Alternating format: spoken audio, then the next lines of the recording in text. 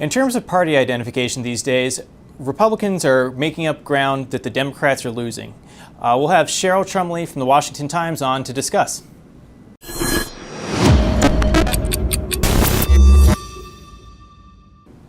So Cheryl, thank you for joining us today. What is the biggest, the number one reason for the shift in party identification that we're seeing here and you wrote about? Thanks for having me, Peter. It's great to be back with you. And, it's kind of hard to narrow down just one mistake that this White House administration has made. I think one of the biggest shifts for Democrats and independents has to be Afghanistan. Even though the mainstream media isn't playing that up any longer, it's still in the back of people's minds. And we saw a lot of pushback against this administration on their handling of Afghanistan. And that just went across all party lines. And of course, the vaccine mandate's still kicking in, despite what the Supreme Court has said, the face masking, the school closures, inflation, and the economy. But I think Afghanistan really drove into high gear the flight of moderates from the Democrat Party. Yeah, I think I'd have to agree with you there. I think that's when a lot of independents or moderates kind of noticed, wow, is this really the guy we elected? You really started seeing the polling, go down in August or September or so for Biden. Things started to, really fall apart. But kind of the question I think a lot of people have about this is it going to last, throughout the year and into the November midterms? Well, it's funny because I just saw a headline today that the White House, tailing off these most recent abysmal pollings that show Biden at 33% favor with Americans, that now the White House is sort of shifting gears. And instead of going to Congress and petitioning Congress for policies and White House agendas, Joe Biden is supposed to now be shifting gears and taking it to the people. So I guess the idea is that if Joe Biden doesn't deal with what this White House calls the elites, the political class in Congress, that he has a better chance of getting his agenda pushed through, because in their minds, he's the old blue-collar Joe, take it to the people Joe, who can sell his policies and platforms that way based on just his personality. The failure there is the fact that this Joe Biden is not the Joe Biden of a decade ago. This Joe Biden obviously has mental difficulties when he speaks before cameras, when he speaks before crowds. So I think it's a little bit risky of move for this White House to take. Mm-hmm. And you kind of got into my next question there, how are Democrats and I guess President Biden reacting to this kind of thing? But do you think it's really going to work, kind of him going to the people, when the kind of policies that Democrats are pushing are becoming more and more, out of touch with everyday Americans? Do you think it's going to work there? I don't think it's going to work. I think the American people are sick and tired of being told what to do by the bureaucrats in the White House. And I think Americans are tired of having their kids in face masks. Aside from, I'm not talking about the base of the Democrat Party, the real hardcore leftists, the socialists, even cultural Marxists. But by and large, most Americans are tired of being ordered around by this administration. And the orders that come out from this administration, just wait a day because they flip, and then wait another day and they flop. So that's part of the reason, the confusion being generated. And I think whatever policies that they're trying to push, taking it to the American people is largely going to fall on deaf ears at this time. Mm-hmm. I think that definitely is the sense that the only way that we get out of this mess is actually by, electing Republicans in a lot of these instances. But Republicans themselves, is there a way that they can actually capitalize on this swing in their direction?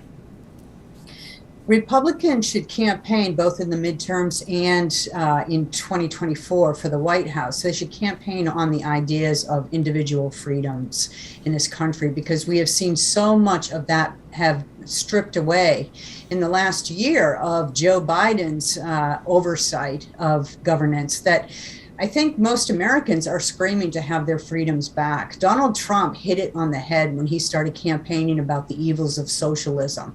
And that struck a nerve with Americans, and it made them sit up and pay attention to the creeping socialism that's happened, not just in the last year or two, but in the last couple decades. If you really start to sensitize yourself to what socialism is versus limited government, you can see that it's been creeping into America for a very long time. And I think if the next Republican running for the White House or Republicans running for the Senate and House just kind of focus on that key theme of individualism versus collectivism, however they want to phrase it, but keep that as the basic theme, I think they'll do well. Certainly. And I know that there's also polling out there that suggests that, for the first time in a while, Americans are looking less towards government as a solution to their problems, and kind of refocusing there on individualism. But otherwise, here, are there kind of any demographics at play here? Like, what kind of groups are moving towards Republicans and away from Democrats? I know we've seen a bit of that. What's your take on that? Well, I actually think that there is a lot of the Christian base that is awakening to the evils of the Democrat Party. I think there were a lot in the Christian community who voted Democrat because, maybe that's what their parents did and their grandparents did. And they truly believed growing up that the Democrat Party was the party that cared about the little guy, the working class, the poor, the women, the minorities, and so forth.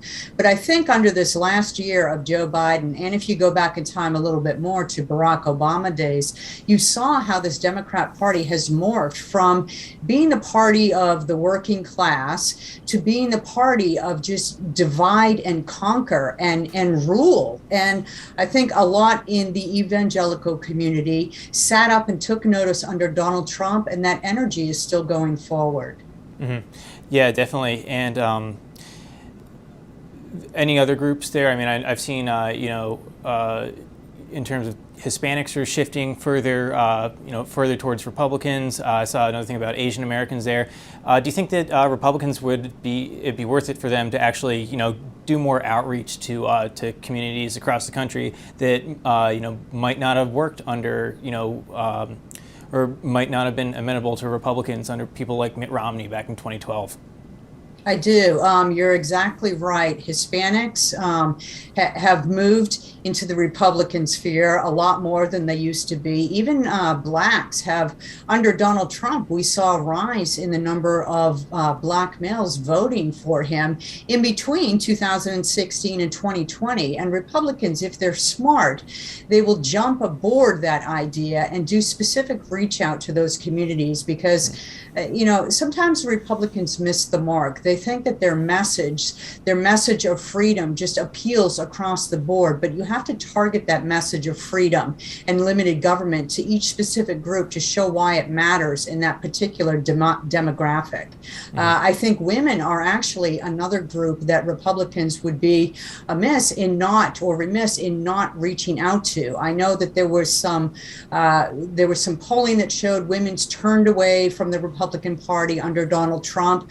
But look, a lot of women won in Congress. A lot of women won political races in the last few years. And it's kind of ignited the idea that women have a home in the Republican Party. I think Republicans should reach out to women as well. Mm-hmm. It's almost like the Democrats are becoming less diverse as Republicans are becoming, more diverse these days, kind of representing more of, what America looks like. And I think that America is that, we've always been a center-right country, but Democrats are failing when they try to take us to like at least culturally center-left country, the kind of things that Kamala Harris and Joe Biden are pushing today. Your take on that? Democrats have just moved too far left. I mean, this is not the party of JFK days, but it's certainly not even the party of Bill Clinton era. Bill Clinton, as much as I detested his politics and policies and certainly his moral compass, the fact was you wouldn't look at Bill Clinton and say that he hated America. Today's Democrats, in today's Democrat Party, they actually hate America.